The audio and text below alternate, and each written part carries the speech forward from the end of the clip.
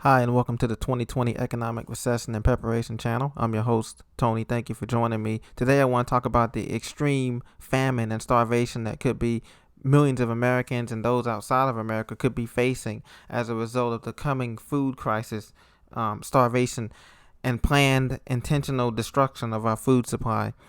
As a matter of fact, an article from the Wall Street Journal that came out last week is saying that the hunger relief organization Feeding America is a nationwide network of 200 food banks and 60,000 food pantries and meal programs, estimates the pandemic could push an additional 17 million people into what it calls food insecurity this year.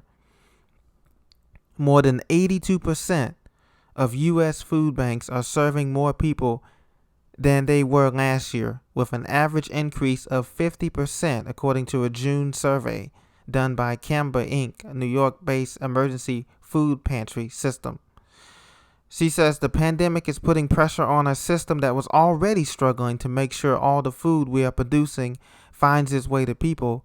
You see, food banks act as the logistical arm for a swath of hunger relief programs, overseeing supply chains that connect donations to those in need.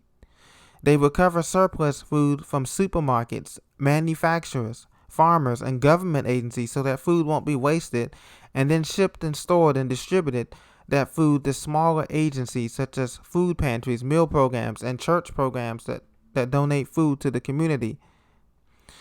When the pandemic first hit, consumer stockpiling decimated the supply of shelf-stable products that are the backbone of food relief efforts. Donations of items like rice and soup dried up, forcing many food banks to buy the goods instead and compete with retailers and other food banks. The products remain in high demand as the pandemic cases soar in many United States today.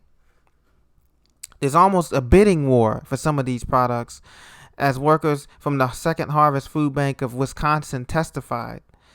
Now there's lines longer than ever in these food bank places. Lines longer than ever in California, Southern California.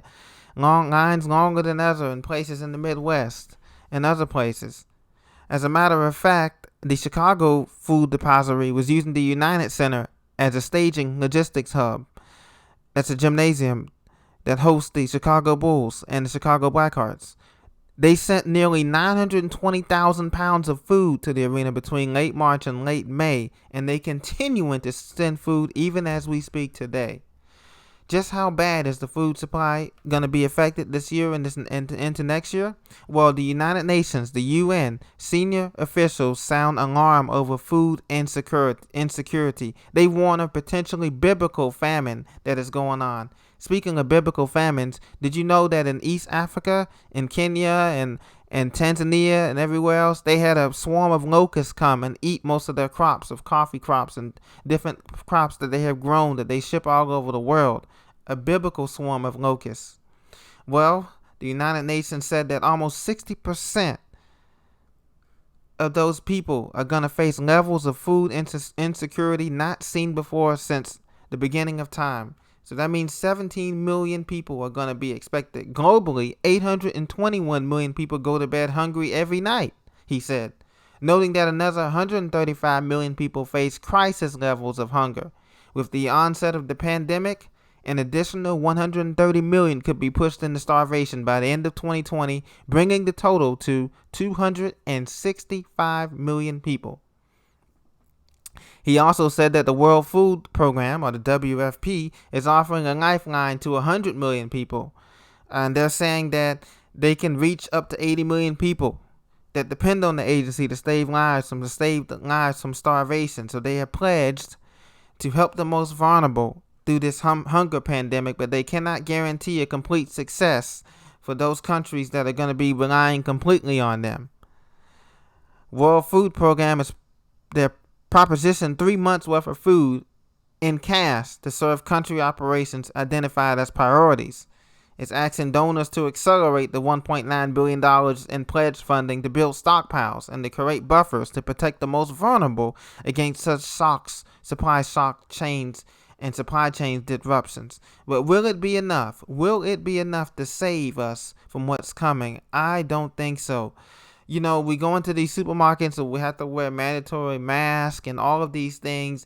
But the food chain is getting destroyed every month. We had the floods in the derecho in Iowa that destroyed most of the corn and soybeans. We had the Midwest floods the year before that in 2018 that wiped out a majority of corn, soybeans, peanuts, everything that we were supposed to sell to the Chinese trade deal. That didn't come to fruition. We also have a shortage of water. It's going to be clean water, and not just in Flint, Michigan, and other places, but there's going to be water scrambles for bottled water, bleach, and cleaning supplies. This is going to go into our food supply. A shortage of vegetables and produce. And meat is getting diseased. A lot of the meat is diseased with salmonella, listeria, mad cow disease. None of that is going to be consumed by those people, and not those people who are going to be starving, who can't find food. There's going to be food inflation. We're seeing that now. Eggs were the first to see the sharp price increase. A dozen eggs in California was $1.73 back in March 13th. Now, back in April 10th, it was a $3.47. And today, those same dozen eggs are $5.25 for a dozen eggs in California.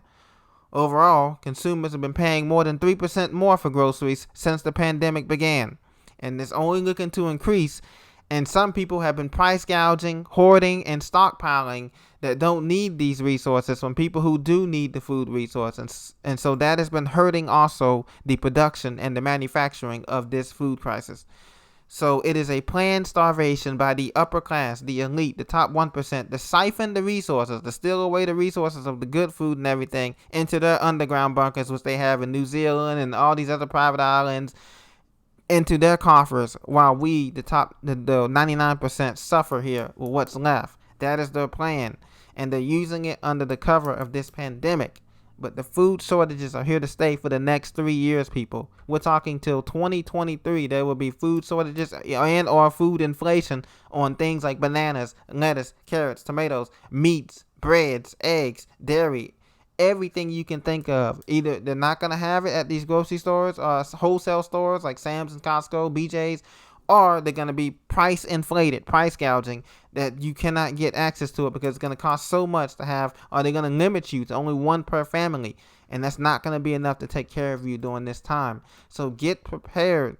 Everybody from New York City to Chicago to LA to Houston to Dallas to the Midwest to Minneapolis, St. Paul to Florida, Orlando, Miami, everybody get prepared because the food is not coming back, as well as this economy is not coming back.